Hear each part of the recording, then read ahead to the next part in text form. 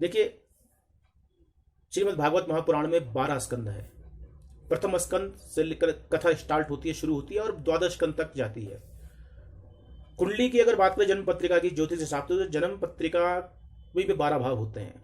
प्रथम भाव लग्न का भाव होता है और 12 भाव मोक्ष का। आप देखिए कि वेद व्यास जी, मैं इसलिए कह रहा हूं कि ज्योतिष जानकार थे या ज्योतिष में उनकी कहने की रुचि रही है, और हो भी क्यों ना, पराशर जी के पुत्र हैं वो। पराशर जी जो है ज्योतिष के ग्रंथों के रचयिता हैं, तो कहना कहीं अच्छे जानकार हैं पराशर जी ज्योतिष के, तो उनके पुत्र हैं वेद व्यास जी, तो कुछ ना कुछ सीखा होगा उन्होंने अपने पिता से। और हालांकि कोई ज्योतिष पर कोई पुस्तक नहीं लिखी है वेद व्यास जी ने, कोई ग्रंथ नहीं लिखा है, लेकिन मुझे लगता है कि उनको जो एक ज्योतिष की जानकारी थी वेद व्यास जी को, वो उन्होंने श्रीमद् भागवत महापुराण में उतारी है।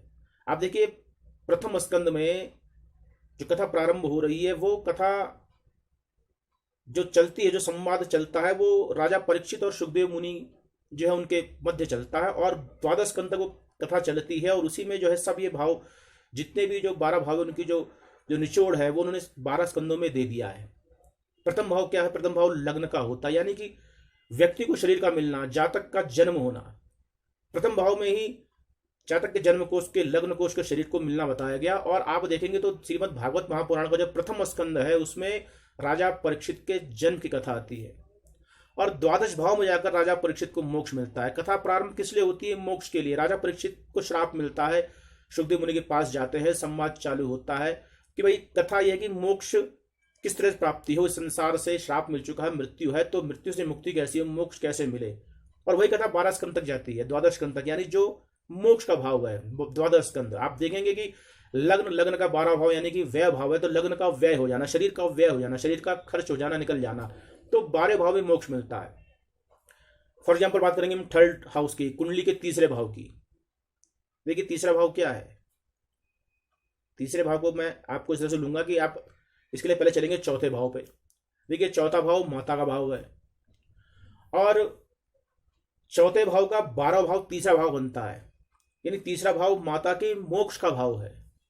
तो आप देखिए कि तीसरा जो स्कंद है श्रीमद् भागवत महापुराण का, उसमें कथा आती है कर्दम ऋषि की, देवहूति की और उनके पुत्र भगवान कपिल की। और कपिल जी ने जो है वो सांख्य शास्त्र का ज्ञान वहां पर दिया है। कपिल गीता का व्याख्यान किया है, किसके लिए? अपनी माता देवहूति को मोक्ष देने के लिए। उनकी माता देवहूति कहती है, पुत्र मैं संसार के बंधन से छूटना चाहती हूं, लेकिन छूट नहीं पा रही, मुझे मोक्ष प्रदान करो। तो कपिल जी ने अपने सांख्य शास्त्र के द्वारा, अपने ज्ञान के द्वारा अपनी माता को जो है मोक्ष दिया है। देखिए तीसरे भाव से क्या है? माता का मोक्ष। पंचम भाव की बात करें, देखिए पंचम भाव क्या है? पंचम भाव ज्ञान का भाव है, नॉलेज का भाव है। और पंचम स्कंद की बात करें हम श्रीमद् भागवत महापुराण में, तो पंचम स्कंद में अधिकतर जो वर्णन, जो मोस्टली जो डिस्क्राइब किया गया है, वो ये किया गया कि भाई ये ब्रह्मांड की उत्पत्ति कैसी हुई, ब्रह्मांड जो है वो किस तरह से, कितना विशाल है। ब्रह्मांड में जो है ऊपर इसमें एक पृथ्वी नहीं है हमारी, इसके अलावा अन्य और प्लेनेट भी, ग्रह भी है, और भी सूर्य की स्थिति है, चंद्रमा है, शुक्र ग्रह कहाँ पर है, ग्रहों की वर्णन जो किया गया, उनकी स्थिति बताई गई है। उसके अलावा पृथ्वी के कोर में, सेंटर में भी अगर हम जाएं तो वहां पर 7 तरह के भू विवर बताए गए हैं, जैसे कि पाताल, तलातल, सुतल, महातल, रसातल, ये सब बताया गया। और यही बताया गया कि भाई हमारी पृथ्वी जो है उस तरह की अनेक पृथ्वियां इस ब्रह्मांड में है।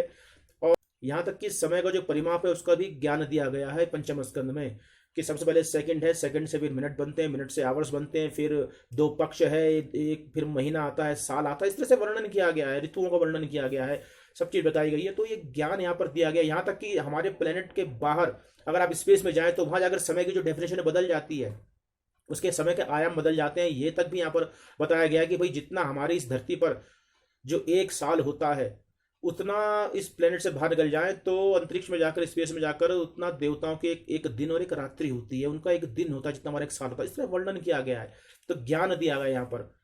अगर हम बात करें 9वें भाव की, देखिए 9वां भाव क्या बताता है कुंडली का? आपकी जन्मपत्री का 9वां भाव आपके धर्म को डिनोट करता है, आपकी जर्नी को डिनोट करता है, आपकी एक धार्मिक यात्रा को बताता है, आपके एंसेस्टर्स जो आपके पूर्वज है उनका वर्णन करता है। अब अगर हम 9वें स्कंद की बात करें तो आप देखिए 9वें स्कंद में व्यास जी ने क्या बताया। 9वें स्कंद में सारा वर्णन आता है पैतृक विरासत का, किस तरह से कि कौन से राजा हुए। वर्णन किया गया सूर्य वंश का, चंद्र वंश का, यदु वंश का। सूर्य वंश में कौन से राजा हुए, उनके कौन पुत्र हुए, उन पुत्रों के कितने पुत्र हुए, उनका जो वंश वर्णन किया गया। इस तरह चंद्र वंश का वर्णन किया गया है, तो पूरा वर्णन किया गया है, पूरा डीएनए बताया गया है, कहाँ से वो डीएनए जो है वो कैरी किया गया है और किधर से शुरुआत हुई है, कहाँ तक वो चला है, पूरा वर्णन है उसमें। यात्रा का जर्नी, जर्नी का हाउस है, यात्रा का हाउस है नौ भाव। आप देखिए यात्रा बताई गई है, और कौन सी यात्रा, लंबी यात्रा। किसने की यात्रा, ये यात्रा की है भगीरथ जी ने, गंगा को लेकर जब निकले, जब गंगा का अवतरण हुआ है। देखिए हिमालय से यात्रा प्रारंभ की और कहाँ तक गए, सागर तक गए। एक समुद्री यात्रा का भी वर्णन इसमें आता है। समुद्री यात्रा किस तरह से, कि भाई कहाँ जाए, गंगा जी कहाँ तक गई हैं, सागर तक गई हैं। और किस लिए गई हैं, धर्म के लिए, धार्मिक कार्य के लिए। कौन सा धार्मिक कार्य हुआ है, अपने पितरों को मोक्ष देने के लिए भगीरथ जी गए गंगा को लेकर के। तो जर्नी का, एक यात्रा का, एक लंबी यात्रा का भी इसमें जो वर्णन किया गया है। धर्म का भाव है, देखिए कौन सी कथा आती है, धार्मिक कथा कौन सी आती है यहाँ पर, इसमें मर्यादा पुरुषोत्तम श्री राम के चरित्र का वर्णन आता है। किस तरह से मर्यादा को पालन किया, अपने धर्म पर टिके रहे। अम्बरीश की कथा आती है, एकादशी व्रत का पालन किया धर्म के लिए। तो कहीं ना कहीं मेरे हिसाब से श्रीमद् भागवत महापुराण का, और देखा जाए तो ज्योतिष का बहुत गहरा कनेक्शन है। समझना पड़ेगा, डिकोड करना पड़ेगा, उन कथाओं के माध्यम से क्या चीज निकल के आती, क्या बताना चाहे कथाओं के माध्यम से वेद व्यास जी ने ज्योतिष के संबंध में, ये समझना पड़ेगा।